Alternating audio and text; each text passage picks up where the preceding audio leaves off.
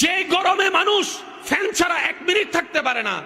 সেই গরমের মধ্যে আপনার আমার মা বোনেরা চুলার আগুনকে সামনে নিয়ে ফ্যান ছাড়া পাকঘরের মধ্যে রান্নাঘরের মধ্যে দিন রাত রান্না করেছে আপনাকে আমাকে খাওয়ানোর জন্য, আপনাকে আমাকে খাওয়ানোর জন্য। প্রশংসা তো জীবনে করেই নাই,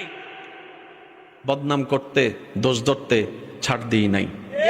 অনেক মা বোনরা দেখবেন সারা দিন শ্বশুর বাড়িতে কাজ করার পর নাম পায় না, কিন্তু তরকারিতে যদি একদিন লবণ কম হয়, শুনি